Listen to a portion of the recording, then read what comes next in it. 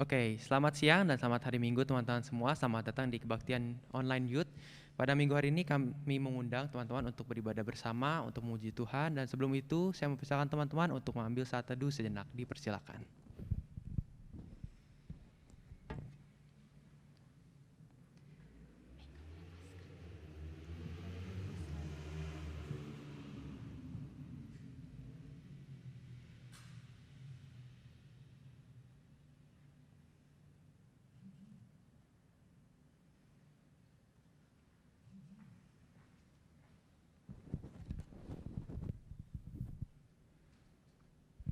Ya, saat teduh selesai. Teman-teman, mari kita bangkit berdiri bersama. Kita akan mengangkat pujian kita yang pertama, Tuhan Kau Gembala Kami.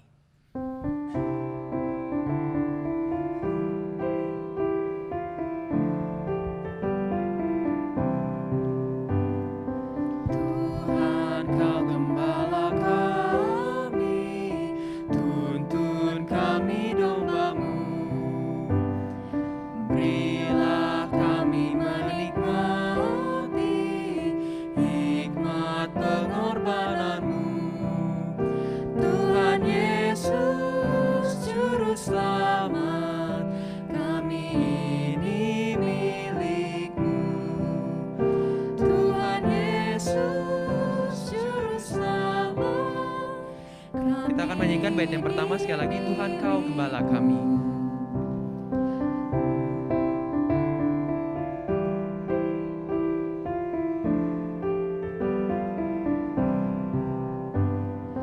Tuhan Kau Gembala kami, tuntun kami domba-Mu.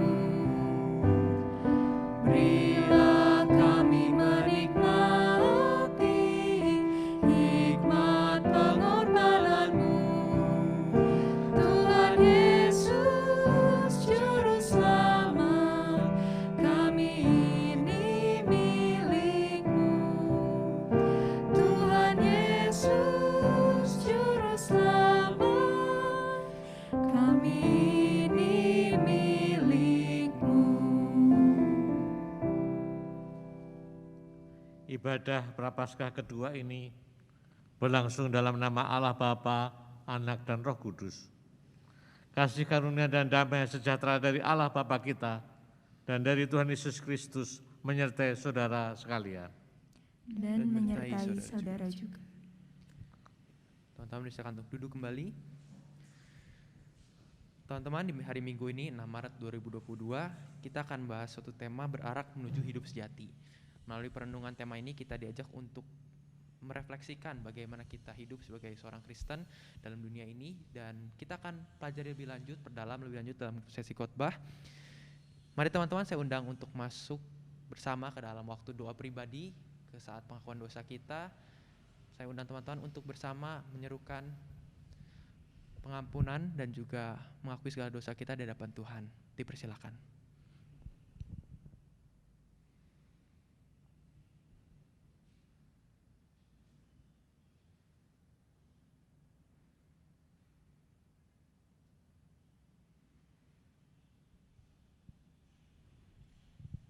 Inilah seruan doa kami Tuhan.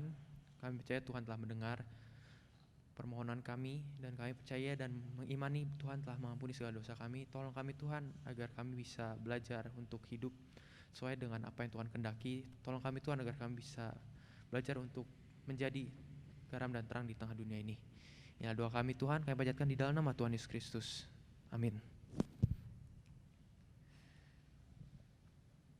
Teman-teman, saya akan bacakan berita anugerah kita pada hari ini yang diambil dari Matius 26 ayat yang ke-28. Matius pasal 26 ayat yang ke-28. Sebab inilah darahku, darah perjanjian yang ditumpahkan bagi banyak orang untuk pengampunan dosa. Demikian berita anugerah dari Tuhan. Syukur kepada Allah.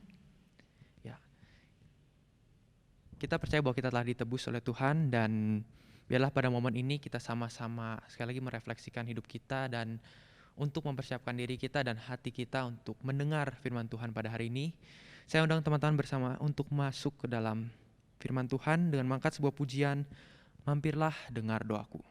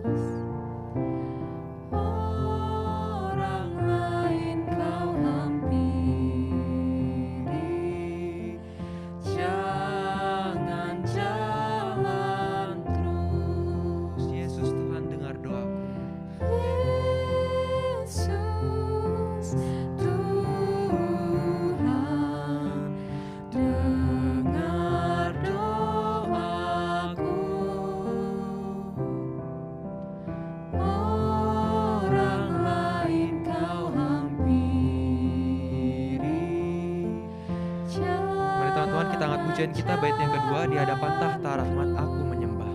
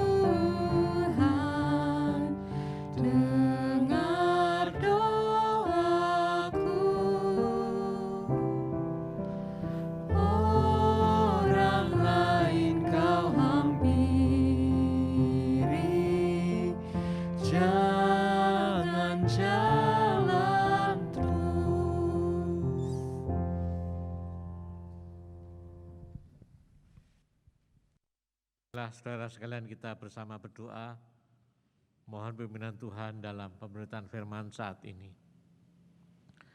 Ya Tuhan, Bapa kami dalam surga, bersyukur kepadamu atas segala kasih Tuhan dalam kehidupan kami semuanya. Juga kalau saat ini, boleh bersama datang berbakti kepada Tuhan. Ini bukan karena kekuatan dan kebaikan kami, tetapi anugerah Tuhan sendiri yang memanggil dan melayakkan kami semuanya. Kami juga bersyukur sebagai gereja, kami juga boleh merayakan hari Prapaskah, dan minggu ini Prapaskah kedua sebelum Paskah. Kiranya melalui minggu-minggu Prapaskah ini, firman Tuhan boleh mengingatkan kami semua akan kasih Tuhan Yesus Kristus yang total, menjalani kehidupannya itu tengah dunia untuk menyelamatkan kami. Biarlah kasih kami juga terus menyala-nyala melayani Tuhan. Tuhan pimpinlah kami semuanya. Dalam nama Tuhan Yesus kami telah berdoa. Amin. Saudara sekalian yang kami kasih dalam Tuhan Yesus Kristus, bacaan Injil dalam kebaktian Prapaskah kedua ini diambilkan dari Lukas pasal 13 ayat 31 sampai dengan 35. Lukas 13 ayat 31 sampai dengan 35, yaitu menceritakan mengenai komitmen Tuhan Yesus untuk melaksanakan kehendak Allah Bapa sampai dengan akhirnya. Inilah Injil Tuhan Yesus Kristus menurut Lukas pasal 13 ayat 31 sampai dengan 35. Yesus harus mati di Yerusalem. Keluhan terhadap Yerusalem. Pada waktu itu datanglah beberapa orang Farisi dan berkata kepada Yesus, "Pergilah, tinggalkanlah tempat ini, karena Herodes hendak membunuh engkau." Jawab Yesus kepada mereka, "Pergilah dan katakanlah kepada si serigala itu, aku mengusir setan dan menyembuhkan orang pada hari ini dan besok, dan pada hari yang ketiga aku akan selesai. Tetapi hari ini dan besok dan lusa aku harus meneruskan perjalananku, sebab tidaklah semestinya seorang nabi dibunuh kalau tidak di Yerusalem. Yerusalem, Yerusalem, engkau yang membunuh nabi-nabi dan melempari dengan batu orang-orang yang diutus kepadamu. Berkali-kali aku rindu mengumpulkan anak-anakmu, sama seperti induk ayam mengumpulkan anak-anaknya di bawah sayapnya. Tetapi kamu tidak mau. Sesungguhnya rumah ini akan ditinggalkan dan menjadi sunyi. Tetapi aku berkata kepadamu, kamu tidak akan melihat aku lagi, hingga pada saat kamu berkata, diberkatilah dia yang datang dalam nama Tuhan." Demikianlah pemberitaan firman Tuhan. Berbahagialah kita mendengarkan firman Allah dan memeliharanya. Hosiana. Saudara sekalian yang kami kasih dalam Kristus, kehidupan manusia bisa diumpamakan sebagai suatu perjalanan bahkan perjalanan bersama-sama. Ya, karena kita tidak sendirian, yang lain pun juga melakukan perjalanan bersama-sama. Kalau tema kita adalah berarak menuju hidup sejati, berjalan bersama-sama, berarak-arakan, ya, bersama-sama dengan yang lain, ramai-ramai berjalan bersama. Dan seperti suatu perjalanan lazimnya pasti mempunyai tujuan. Ya, jadi orang kalau melakukan perjalanan pasti ada tujuannya. Bagi saudara-saudara tadi yang bertugas di sini, tadi siang melakukan perjalanan dari rumah ke gereja. Ya. Kalau saudara lihat di depan rumah saudara di jalan ada orang berjalan lalu lalang, pasti juga ada tujuannya. Mungkin mau ke pasar, ya, mungkin ke mall, ya. Kalau saudara ke jalan raya banyak mobil berseliweran motor, pasti mereka juga punya tujuan, ya. Ke tempat kerja misalnya atau ke tempat kuliah dan banyak hal. Kalau orang melakukan perjalanan pasti ada tujuannya. Inilah yang pertama. Ya. Jadi kita perlu ingat hidup adalah seperti suatu perjalanan dan mesti juga mempunyai tujuan. Apa tujuannya nanti kita lihat. Ya, saya lanjutkan dulu. Dalam suatu perjalanan tentu seringkali nggak lancar. Ya. Ini yang kedua. Dalam melakukan perjalanan bisa saja kita menghadapi halangan-halangan, rintangan-rintangan, hambatan, bahkan godaan-godaan yang bisa menghambat kita untuk mencapai tujuan atau bahkan bisa membelokkan tujuan kita. Ya. Kendala hambatan bisa bermacam-macam. Kalau kita naik mobil atau kendaraan bisa saja banjir, bisa saja macet, bisa saja ban mobil atau ban motor kempes. Oh, ada banyak hambatan, halangan-halangan sehingga juga perjalanan nggak lancar atau bahkan bisa berbelok. Ya. Nah, kalaupun berbelok kita harus ingat tujuan semula bukan ke sana. Maka tujuan utama hidup kita perjalanan itu apa? Harus jelas. Ya. Nanti bagian hampir akhir kita akan memperjelas tujuan hidup kita. Saya akan memberikan satu ilustrasi atau cerita saudara sekalian. Cerita mengenai anak kecil, ya anak SD begitulah. Seorang anak yang ingin sekali menonton sirkus. Ya. Nah, di kotanya kebetulan ada pasar malam.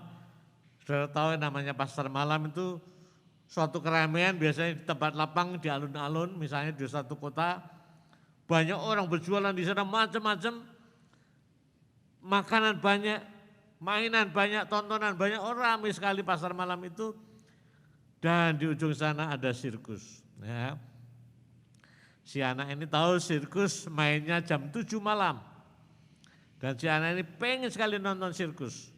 Maka dia mengajak orang tuanya, ayo berangkat, oke. Jam 5 sore berangkat dari rumah bukan perjalanan. Sampailah di pasar malam itu kira-kira jam 6. Masih ada waktu 1 jam sebelum sirkus itu main jam 7.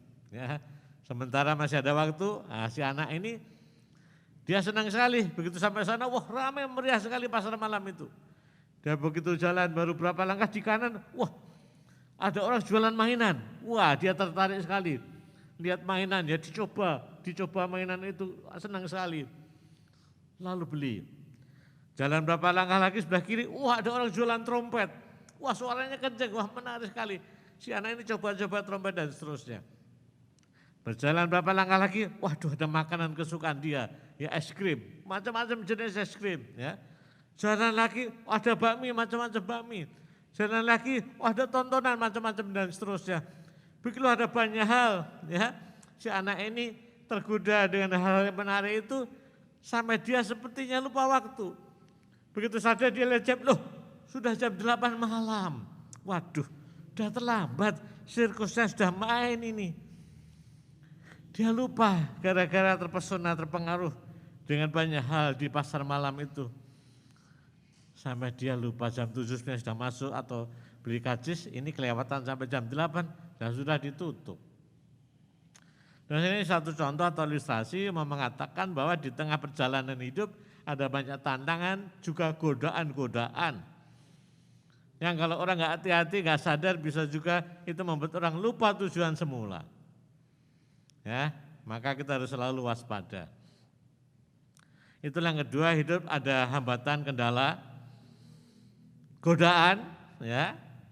Di tengah kendala, godaan dan hambatan, kita jangan lupakan tujuan yang utama. Ya. Nah, sekarang kita masuk, apa sih tujuan utama dalam perjalanan kehidupan kita itu apa? Yang kita tidak boleh lupa, tidak boleh terbelokkan, harus menuju ke sana apa? Untuk itu, untuk menjawab itu kita bercermin terlebih dahulu pada perjalanan kehidupan Tuhan Yesus. Yang diceritakan pada Lukas 13 ayat 31 sampai dengan 35. Kita lihat terlebih dahulu bagaimana Tuhan Yesus melakukan perjalanan hidupnya dan tujuannya apa. Ya, nanti kita akan refleksikan dalam kehidupan kita. Dalam Lukas 13 diceritakan Tuhan Yesus sedang melakukan perjalanan juga, ini perjalanan sungguhan. Tentu waktu itu masih berjalan kaki bersama dengan rombongan murid-muridnya menuju Yerusalem. Ya. Ini tujuan perjalanan Tuhan Yesus jelas menuju Yerusalem. Ya. Belum sampai ke kota Yerusalem, di tengah jalan ada beberapa orang Farisi yang memperingatkan Tuhan Yesus.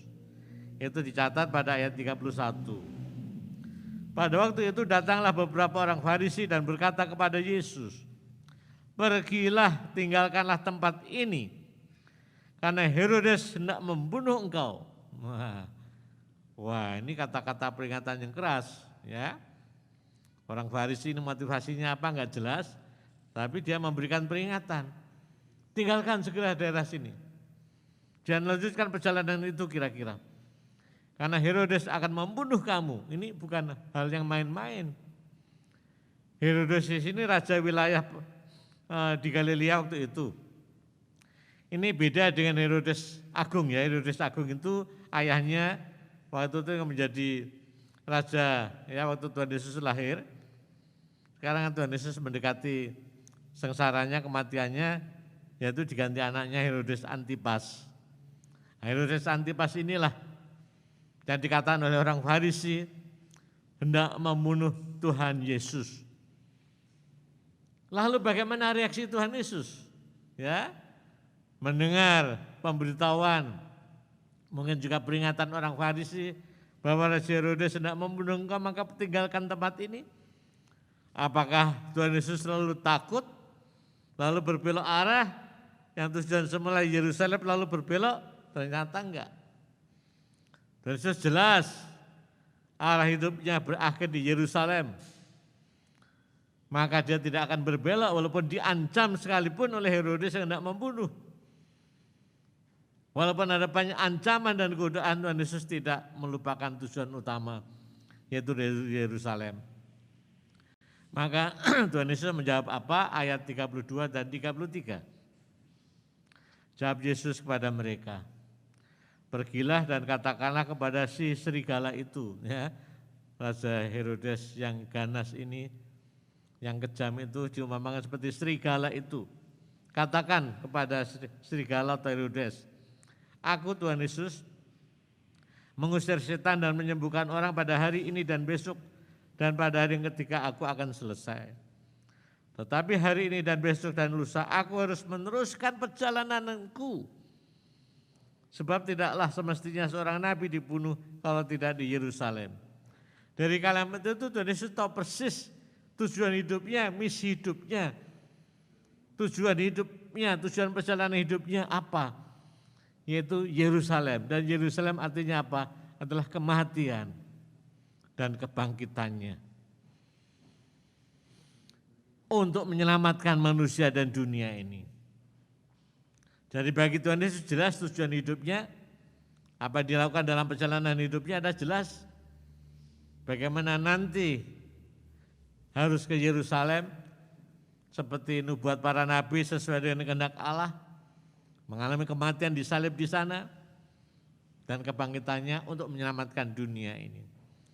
Tuhan Yesus tidak gentar, Tuhan Yesus tetap tegar menjalani tujuan hidupnya. Dan dalam rangka Tuhan Yesus menuju kepada tujuan utamanya Yerusalem, kematian dan kebangkitannya. Dalam perjalanan itu Tuhan Yesus terus melakukan hal-hal yang Allah Bapa inginkan. Tuhan Yesus tidak lupa tujuannya, tapi sekaligus juga dalam perjalanannya tetap melakukan apa yang Allah Bapa inginkan. Tuhan Yesus memberikan contoh, aku mengusir setan, menyembuhkan orang, dan seterusnya. Ada banyak hal yang dikerjakan Tuhan Yesus dalam perjalanan itu. Menyembuhkan orang sakit, orang lemah, orang lumpuh, mengusir setan, kerasukan setan, dan seterusnya, dan seterusnya. Dan itu memang rencana Allah yang harus dijalaninya. Dan Tuhan Yesus mentaatinya sampai akhirnya. Jadi saudara sekalian, itulah tujuan kehidupan Tuhan Yesus atau tujuan perjalanan kehidupan Tuhan Yesus, yaitu Yerusalem dalam arti penderitaan, kematian, dan kebangkitannya. Pengorbanannya untuk keselamatan dunia ini sesuai dengan rencana Allah. Maka Tuhan Yesus tidak goyah sekalipun ada banyak peringatan, bahkan ancaman dan seterusnya. Dengan segala resiko apapun, Tuhan Yesus tetap berjalan mengarah ke sana. Saudara sekalian yang saya kasih dalam Tuhan Yesus Kristus, itulah Tuhan Yesus. Lalu bagaimana dengan kita semua? Apa tujuan perjalanan kehidupan kita? Pastilah bukan Yerusalem, bukanlah kematian seperti Tuhan Yesus, karena Tuhan Yesus mati untuk menyelamatkan kita, mati dan bangkit untuk manusia berdosa. Kita pastilah tidak bisa seperti itu. Tetapi apa tujuan perjalanan hidup kita? Tujuan perjalanan hidup kita adalah berjumpa dengan Tuhan dalam kesempurnaan. Kalau orang mengatakan secara awam tujuan kita adalah surga, bersama dengan Allah selama-lamanya. Kalau tema kita mengatakan berarak menuju hidup sejati. Hidup sejati adalah hidup bersama dengan Tuhan. Hidup dalam persekutuan dengan Tuhan. Hidup dalam kebahagiaan bersama dengan Tuhan selama-lamanya. Itulah tujuan hidup kita. Jadi secara sederhana saudara sekalian, dalam hidup kita ini melakukan suatu perjalanan dan tujuan utama yang jangan kita lupa adalah hidup bersama dengan Tuhan di dalam surga. Hidup dalam persekutuan dengan Tuhan di dalam surga. Itulah tujuan utama kita. Dan tujuan utama ini jangan sampai kita lupa. Jangan sampai kita terbelokkan. Dan dalam rangka menuju ke sana, hidup bersama dengan Allah Bapa di surga. Dalam rangka menuju ke sana, marilah dalam hidup ini kita sudah memulainya dengan hidup sesuai dengan kehendak Allah. Hidup sesuai dengan jalan menuju ke sana itu kehendak Allah. Walaupun ada banyak tantangan, kesulitan, bahkan godaan, kita tetap lurus ke arah sana. Bersama dengan Allah dalam kerajaan Allah, hidup bersama dengan Allah dan kita hidup di dalam Allah, terus berjalan ke sana. Godaan dan tantangan sekalipun kiranya tidak mengoyahkan tujuan kita, jadi berbelok ke kanan atau ke kiri, enggak. Tapi kita tetap konsisten dan selalu ingat tujuan hidup utama kita, hidup bersama dengan Tuhan di surga. Apapun tidak akan menggoyahkan tujuan kita ini. Namun demikian tadi saya katakan beberapa kali, seringkali tidak mudah menjalani perjalanan hidup yang konsisten menuju ke sana, Allah Bapa di surga. Ada banyak tantangan, ada banyak cobaan, godaan yang ingin memelencengkan tujuan hidup kita. Hati-hatilah kita pada saat kita menghadapi godaan atau tantangan yang ingin memelencengkan tujuan hidup kita. Apa itu? Godaan, tantangan yang bisa memelencengkan kehidupan kita. Ada banyak pastilah. Saya hanya mau menyebutkan beberapa contoh saja. Pada zaman sekarang ini, apalagi bagi kita kaum remaja pemuda, tantangan, godaan itu ada di mana-mana.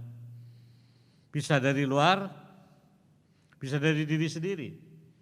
Bisa dari luar misalnya dengan gaya hidup dunia, ya, yang ingin menyenangkan dirinya. Tidak lagi mikir ini benar apa enggak, yang penting saya menyenangkan diri saya.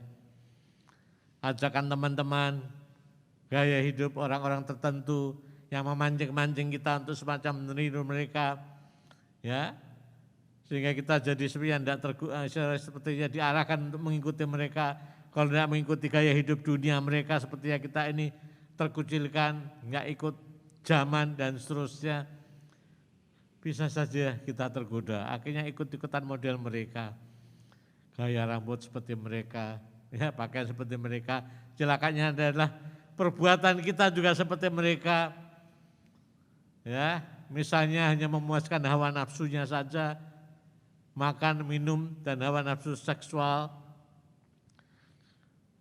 lalu hidup di dalam popularitas, kekayaan yang melimpah ruah, entah dengan cara apa yang penting dapatkan uang yang banyak. Ini semua godaan, ya. Belum lagi godaan-godaan yang dekat dengan kita dari media sosial.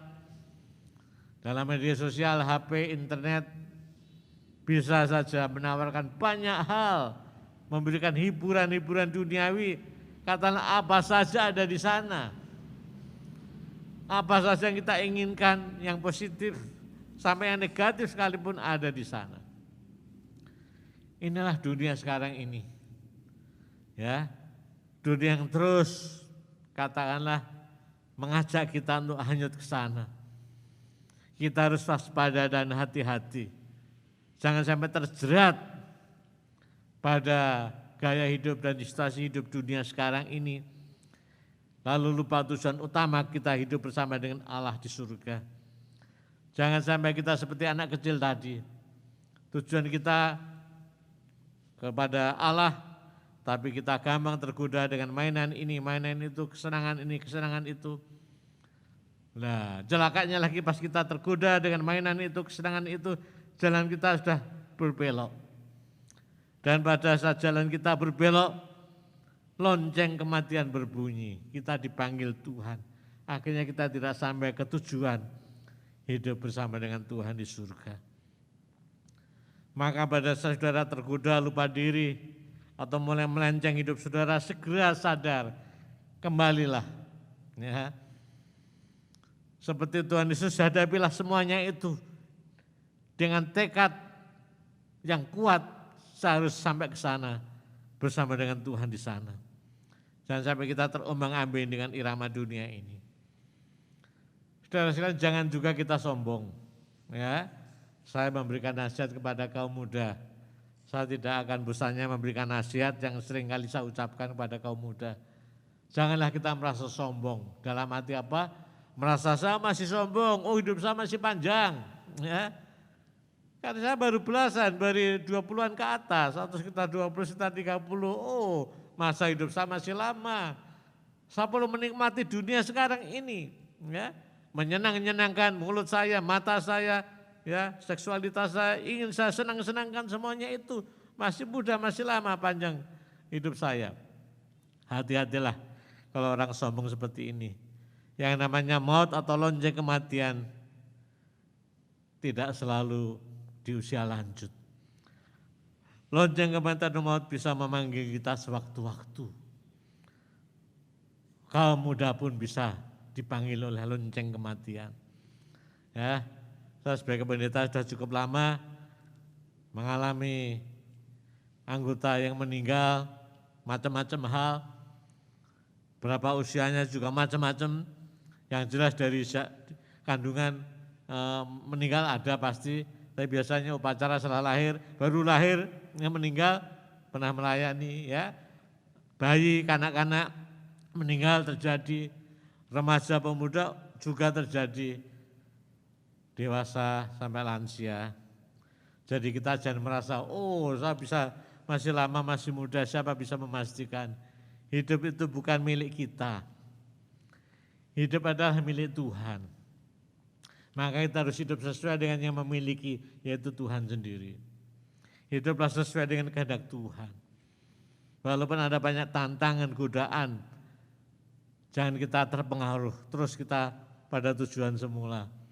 Hidup bersama dengan Tuhan sehingga sampai akhirnya nanti kita tiba dalam perjalanan di surga bersama dengan Tuhan. Dan selain kiranya dalam minggu-minggu prapaskah kita diingatkan Penderitaan-penderitaan yang dialami Tuhan Yesus tidak akan menggugurkan tujuan utama, menyelamatkan dunia. Dan juga kita, penderitaan dan kesulitan, tantangan yang ada, godaan, dan saya menyurutkan kita untuk terus berjalan melangkah ke depan bersama dengan Tuhan sampai dengan akhirnya. Kiranya Tuhan memberikan hikmat kekuatan kepada kita menjalani hidup ini terus menuju ke depan bersama dengan Tuhan sampai dengan akhirnya. Dan Tuhan menyelamatkan kita semuanya. Amin. Mari kita bersatu teduh sejenak, saudara sekalian.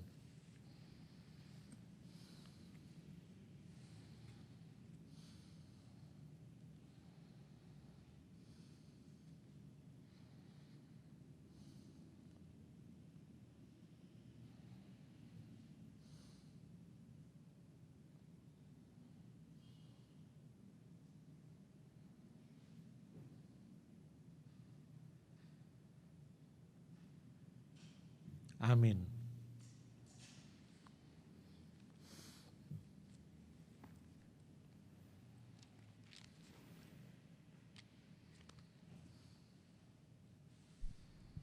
Jemaat diundang bangkit berdiri. Bersama umat Tuhan di sepanjang abad dan tempat, marilah kita mengucapkan pengakuan iman kita menurut pengakuan iman rasuli. Aku percaya kepada Allah, Bapa yang Maha Kuasa, Khalik langit dan bumi, dan kepada Yesus Kristus, anaknya yang tunggal Tuhan kita, yang dikandung dari Roh Kudus, lahir dari anak darah Maria, yang menderita sengsara di bawah pemerintahan Pontius Pilatus, disalibkan, mati dan dikuburkan, turun ke dalam kerajaan maut. Pada hari yang ketiga, bangkit pula dari antara orang mati, naik ke surga, duduk di sebelah kanan Allah, Bapa yang Maha Kuasa. Dan dari sana ia akan datang untuk menghakimi orang yang hidup dan yang mati. Aku percaya kepada Roh Kudus, gereja yang kudus dan am, persekutuan orang kudus, pengampunan dosa, kebangkitan orang mati, dan hidup yang kekal. Amin. Jemaat silakan duduk.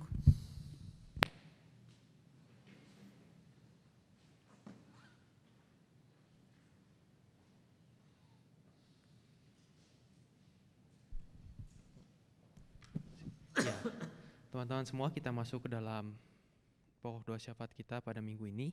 Untuk beberapa pokok kita akan melakukan untuk perdamaian dunia, untuk proses penanganan dan recovery dari teman-teman kami yang mungkin sedang terkena COVID. Kami juga ingin berdoa untuk Indonesia dalam prosesnya berdemokrasi dan juga penanganan COVID di Indonesia. Kita akan doa untuk 3 pokok tersebut. Mari kita bersatu dalam doa. Bapa dalam surga, terima kasih Tuhan untuk kesempatan ini. Kami bersyukur bisa ada hari ini untuk mengikuti ibadah. Kami ingin menyampaikan pokok doa syafaat kami Tuhan. Yang pertama, kami berdoa untuk perdamaian dunia. Kondisi dunia saat ini mungkin sedang tidak baik, tapi kami berdoa padamu Tuhan agar tangan Tuhan ya melalui pemimpin-pemimpin negara agar bisa sama-sama merundingkan keputusan terbaik untuk mencapai kata perdamaian, dan biarlah pemimpin-pemimpin dunia bisa mempertimbangkan perdamaian di atas segalanya. Kami juga berdoa untuk teman-teman kami yang mungkin sedang sakit ataupun sedang dalam masa recovery dari COVID. Tuhan Yesus tolong berkati agar teman-teman kami bisa dipulihkan, dapat beraktivitas kembali dengan normal seperti sedia kala, dan terlebih Tuhan yang menjamah mereka, Tuhan yang memberkati mereka dari awal prosesnya hingga akhirnya Tuhan. Kami juga tidak lupa berdoa untuk Indonesia, kondisi negara untuk dalam hal berdemokrasinya. Tolong para pemimpin bangsa, para anggota legislatif, eksekutif, Tuhan tolong berkati agar mereka semua bisa bekerja untuk rakyat dan terlebih untuk kepentingan kami bersama Tuhan. Kami juga berdoa untuk seluruh penanganan dari kasus yang terjadi di Indonesia, kasus COVID. Tuhan tolong berkati agar para pemimpin yang in charge bisa mempertimbangkan dan bisa mengutamakan kesehatan, dan biarlah negara kami juga bisa bangkit bersama dan bisa bersama-sama memuliakan nama Tuhan. Kami juga tidak lupa berdoa untuk persiapan kami menyambut Minggu Paskah. Tuhan Yesus berkati agar kami bisa merenungkan dan merefleksikan apa yang menjadi pengorbanan dan juga karya Tuhan di kayu salib. Inilah doa kami Tuhan, kami panjatkan di dalam nama Tuhan Yesus Kristus. Amin.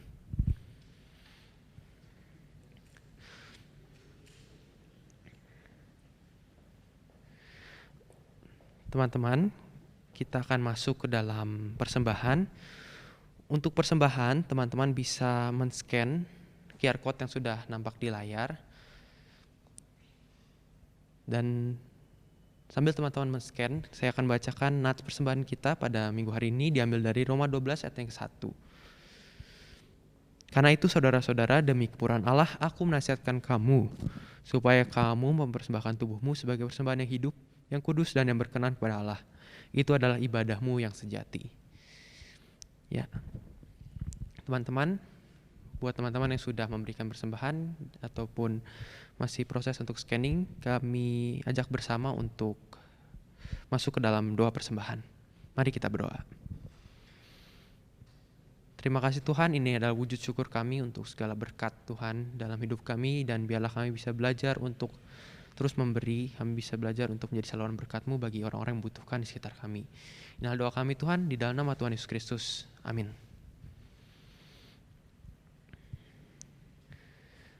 Ya, teman-teman, kita sudah sampai di penghujung kebaktian.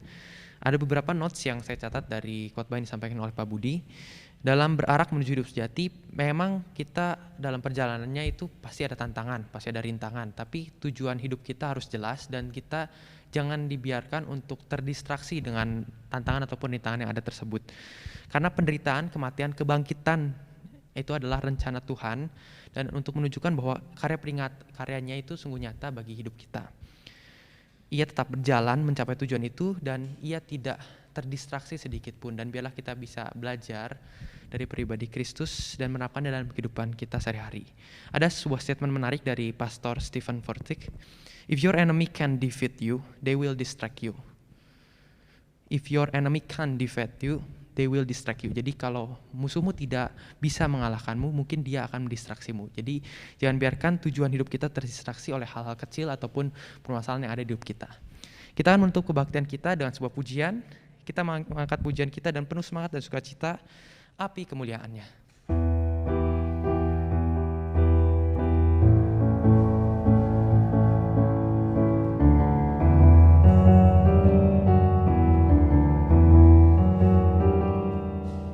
Dengarkanlah suara nafiri memanggil semua umatnya dari seluruh penjuru bumi datang untuk menyembah Dia. Dengarkanlah suara nafiri memanggil semua umatnya. Gereja Tuhan bersatu kini mengangkat tinggi panjinya. Bersiap maju janganlah lengah, Yesus Panglima kita. Kenakan semua senjata Allah dalam kuasa Roh Kudus. Api kemuliaannya tercurah dari surga. Api kemuliaannya tercurah dari surga. Penuhi kami semua, bangkitlah gerejanya. Api kemuliaannya tercurah dari surga. Beritakan pada dunia bahwa Yesuslah Raja segala raja. Kita akan mengangkat pujian ini sekali lagi dari bait yang pertama. Dengarkanlah suara nafiri.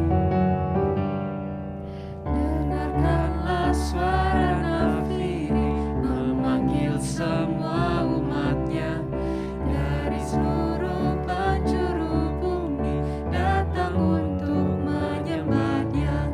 Dengarkanlah suara nafiri memanggil semua umatnya.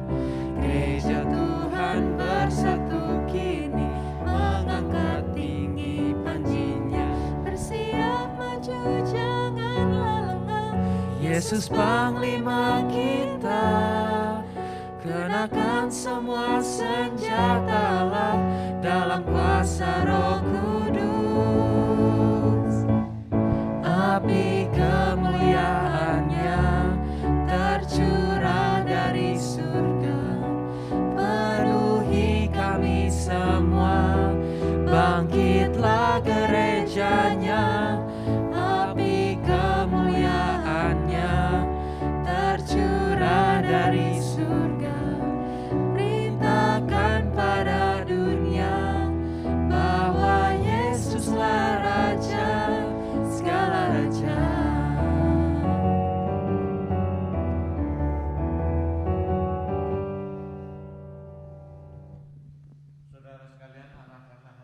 kepada Tuhan dan terimalah.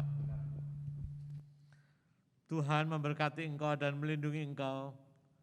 Tuhan menyinari engkau dengan wajah-Nya dan memberi engkau kasih karunia. Tuhan menghadapkan wajah-Nya kepadamu dan memberi engkau damai sejahtera. Hosiana.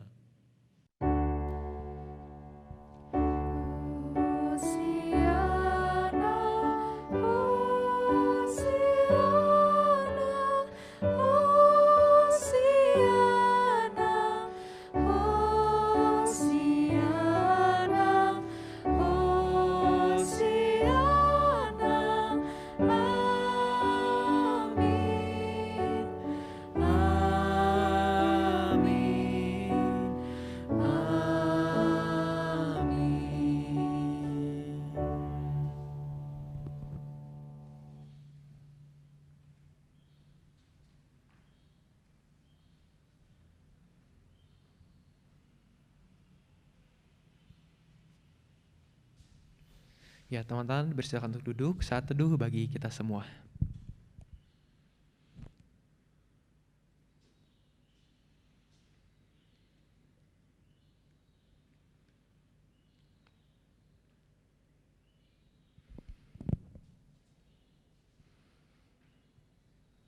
Ya, saat teduh selesai. Terima kasih teman-teman telah mengikuti dan menonton kebaktian online youth pada hari ini.